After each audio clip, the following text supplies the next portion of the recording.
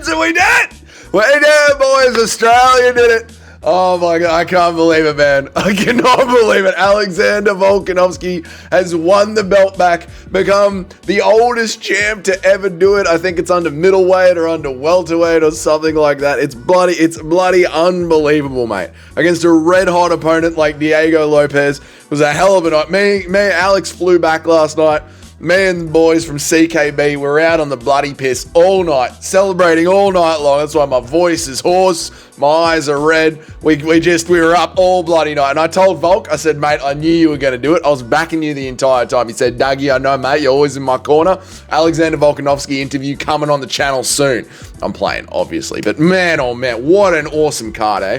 UFC 314, what an amazing card, dude. Paddy Pimblett absolutely obliterated Michael Chandler. Not just obliterated Chandler, but I feel like he obliterated his career. Yeah, like Chandler, yeah, we didn't even notice this. We were so like just in awe of Paddy Pimblett's performance. But Chandler ran out of the cage the moment the fight was over. I don't know what's with these US wrestling guys, yeah? Talk, and when they lose, they just run away. It's very strange. I've seen Colby Covington do the same thing. When he loses, he just jogs on out of the cage. And I'm not even trying to start anything here. Yeah, like I know there's probably a lot of US wrestlers out there that might watch this. I'm not trying to start anything here. It's just something that I've noticed now. Like Colby and Chandler, those big bravado US college wrestling guys, big background, and then they cop a big loss and they just sort of jog on. Is that something normal in the wrestling meets on the weekend to save face or something that I don't know about? Please educate me about that down there in the comments. UFC 314, right. Dominic Reyes is back as well with just a sick knockout that the entire MMA community needed to see. We enjoy Krylov a lot. We're very happy to see that he is alive now that the war is over, yeah? I mean, he's now changed his name to Russia. I guess it's very easy to see who won the war. The team that the newspapers were saying was losing every single day. Oh my God, the newspapers lie to you. Unbelievable. But either way, Reyes got the KO, which is great to see, yeah? It's a very heartwarming story for the MMA community at this point. We have all seen Dominic Reyes. We've all followed him very closely since the judges robbed him against John Jones, and his career seemed to go into some sort of a death spiral after that, and his health almost did as well, yeah? He had a very, very bad run-in with health issues. It could have resulted in his death, and yet Dominic Reyes has managed to cling to life, cling to his MMA career, and he's clawed back to victory, and now we're having conversations about Dominic Reyes versus Jamal Hill.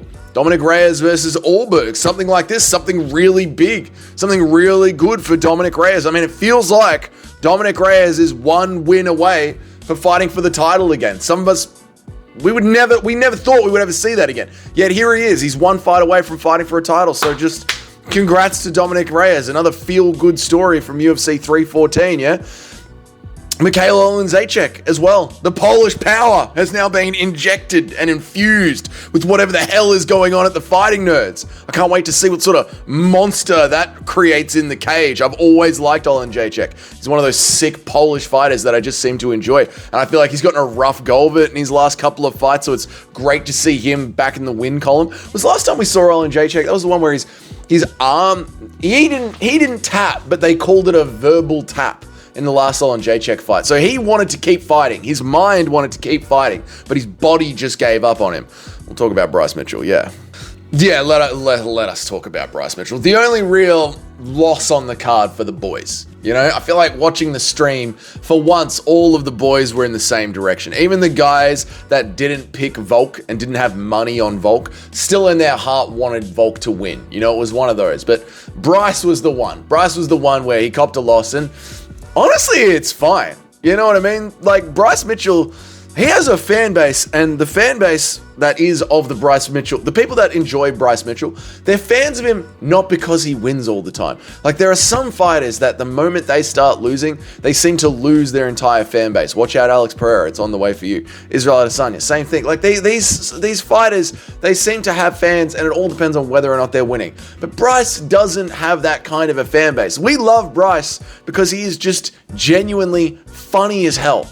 and he wears his heart on his sleeve, and he takes us on the journey of being an MMA fighter in a very interesting way. You know, it's not enough in big 2025 just to show us a vlog of you getting your hair cut and seeing your coach and hugging your daughter. I mean, that's great, but we all get our hair cut. We all see our boss, and we all have family, you know? We need something a little bit more to entertain us. And when you look at Bryce Mitchell's direction, when you draw your attention to Bryce Mitchell, you are going to feel something, whether it's hatred for what he's saying, whether it's rage for what he's saying, whether it's love for what he's saying, whether it's humor because what he's saying is so ridiculous, whatever it is, you're going to look at Bryce and you're going to feel alive. So when you're a Bryce fan, you ride or die with Bryce whether he wins or loses. It really doesn't matter. I don't think Bryce's fan base has diminished in any way at all. But, jeez, like, the entire card, right? Like, my voice, Volk, yeah, my voice is ruined. My sleep was cooked. I couldn't unwind. It was amazing. Amazing. I am genuinely just doing this recap because it's one of those videos on the channel. You know, as a YouTube channel grows, you always get certain videos that come out at a certain time. The post weekend fights recap video is one of them. But all I can say is I am insanely impressed by Alexander Volkanovski. There's a narrative going out there that he ran during the entire fight. I'm noticing this on MMA Twitter. They're saying that he was running away the entire fight. Like, guys, the dude is 36 years old. He's in a close fight. I had it as a very, very close fight going to the judges' scorecards. And of course, he's going to take the last minute off to, not even off, just stay safe in the last minute. You know what made Max Holloway versus Justin Gaethje at UFC 300 so goddamn special? The fact that it was special. Not every fighter is going to do that, okay? You know, Volk was in and out of the pocket in hard exchanges for most of the fight. So I think the people who are complaining are probably the ones that are out there complaining about Alexander Volkanovski running away. You had Diego Lopes by TKO on your parlay, didn't you? Didn't you? Don't lie to me, man. Don't lie to me. If you have been out there on Twitter, if you have been on the internet whinging that Volk was running the entire fight, you had Diego Lopes in your parlay for TKO. I know you did, man. I know you did. The other side of the coin is, you know, vintage Volk. Like, even I was saying that in the first round, because in the first round, Volk did look vintage. However, now that the entire fight has been consumed by my brain and I can really think about it, was it vintage Volk?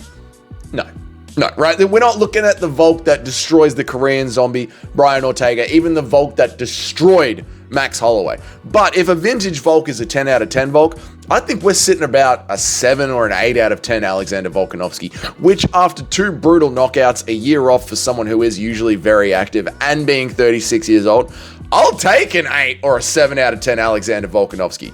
Volk was in the pocket again with hard exchanges, and his chin was holding up, man. Having said that, the fact that we got a nearly vintage but a little bit older Alexander Volkanovski back, call out Movsar Evloev. Call him out, dude. Call out Movsar Evloev. And here it goes from the Volk fan. It might be biased, but I do believe it. Volk beats Movsar, dude. He does. I think he beats Movsar. Look, Volk can handle grappling. He is very, very hard to keep down. Islam Makhachev couldn't keep Volk down. Yeah, he had a successful body triangle, but that was like a moment. That was like 2.5 minutes. Yeah, maybe 2.5 minutes of the entire time that Islam and Volk have spent fighting each other. Every other time, Volk has been able to buck his way back up. And quite frankly, the Anzacs, the Aussies, they're very hard to keep down. You know, look at JDM's first fight in the UFC. Yeah, all he did was pull gillies. But look at JDM's most recent fight against Gilbert Burns with a broken forearm. His takedown defense has clearly progressively gotten better, which is why JDM is going to beat Bilal Muhammad. But even just that, right? Izzy these days is very hard to get down. He is very, very good at posting up against the cage. Same team that Alexander Volkanovski works with. Ursig, very hard to keep down. Great scrambles, great get-ups. So Volk, and quite frankly, Anzacs, very hard to keep down. Volk especially, you know, Ortega had a hard time keeping Volk down. I think he can keep the fight where he wants it, which is on the feet. Yeah, so Movsar is going to come at you. He's going to grapple heavy. I think Volk will be able to get out of the grappling positions. And then, who is the better striker? Movsar Evloev or Alexander Volkanovski? Yeah, just a reminder, Alexander Volkanovski can outstrike Max Holloway, Max Holloway, Lopes, and Yair Rodriguez. Yeah, and also, Alexander Volkanovski won the first round against Ilia Topuria, and his chin is clearly back. So who's the better striker? Movsar Evloev or Alexander Volkanovski? Who's the better wrestler? Movsar Evloev or Alexander Volkanovski? Probably overall Movsar, but Volk definitely has the ability to buck and get his way back up to where the fight is, and it's damage-based scoring. And we see strikers win these lose these damage-based scoring fights by the smallest of margins. The smallest of margins, because they have a hard time getting back up, which Volk does not. Call out Movsar, beat Movsar, and then retire. I think if he beats Movsar, he is then tied with Jose Aldo for the amount of featherweight title defenses. So he meets the GOAT there. Plus, he already broke the record. I'm telling you, Volk is a top 10 GOAT already. He might be a top 5. I'm going to be doing a live stream today where we're going to crack out my top 30 of all-time GOATs in MMA. I've got Volk somewhere in the top 20 right now. I'm going to be moving him into the top 10 and deep into the top 10 as well. So that's amazing for Aussie fans. Next up, Paddy Pimblett. Look, lightweight is a mess right now. Yeah, an absolute mess. You've got Dana's ego holding Arman Tsarukyan up as punishment, which, okay, whatever. Right, you got Islam Makhachev and he's will he, won't he stay in the division? It all depends on JDM versus Bilal. You've got Ilia Topuria just lurking around. You know, he's been promised a title shot apparently. So, I mean, it is a mess at lightweight at the moment, especially with Paddy Pimblett putting such a mark on Michael Chandler. If I was Dana White, if I was the king of the hill, I would force Islam Makhachev and Arman Tsarukyan to fight next, no matter what. No matter what. That fight needs to happen for Islam Makhachev's legacy, quite frankly. Then I would do Paddy Pimblett versus Charles Oliveira. I would do Ilia versus Gaethje, because I think Ilia smokes Gaethje and it's a fun fight. And I would do Dan Hooker versus Max Holloway. And then I would see what the cards on the table look like after all of those fights play out. Who's injured? Who's next? Who put on the most impressive performance? Who got the best knockout? What happened with JDM versus Bilal? Now is Islam going to move up and are we going to do an interim title shot? Now what's going to happen? There are so many things to move around at lightweight right now that is such an interesting topic, something that we will get into this week. Believe that. And as for Michael Chandler, the other side of the coin, it's over. It is over. It's over. Chandler, it was fun. That was about it. It was fun, but it's over, dude. Like, he will keep a number because he has a name. He will probably end up like 13th or 14th on the rankings, but for God's sake, retire, because you people in the top 5, top 7 of the lightweight division are sort of insulated and protected by each other from the fucking savagery that is the regular lightweight division. Like, to get into the top 15, top 7, to get into the top 7 of the UFC lightweight division is not an easy task at all. You need to have wins, you need to have hype, you need to be interesting, you need to be a good little boy to Dana White and to Hunter Campbell. And outside of that top 7, it is murderer's row the entire way. And Chandler, you have not got it, dude. You need to retire and do your motivational speaking tour. It's time, brother. I would say go to the GFL, but they are never putting on an event, ever. Last thing that I wanted to talk about, because I got to get out of here, but last thing that I wanted to talk about, I could see how you could do a massive breakdown on UFC 314. You could talk for quite a while about UFC 314. It was a great card. But the last thing that I wanted to talk about was Dan Ige versus Woodson. Now, I had Ige winning on my scorecards if that slightly early stoppage hadn't have happened. I think Ige would have won the third. I think Ige won the second. Not really what I wanted to talk about. The stoppage was a little bit early. Fine. I think the fight was going Ige's way anyway. What I wanted to talk about here, and I know this is going to rile people up the wrong way. So if you train MMA, and there are people who train MMA in my live chat, please educate me on this. Because I understand Sean Woodson is a professional fighter that goes to a professional fighting gym and surrounded by other professionals that have a long legacy in MMA and in combat sports.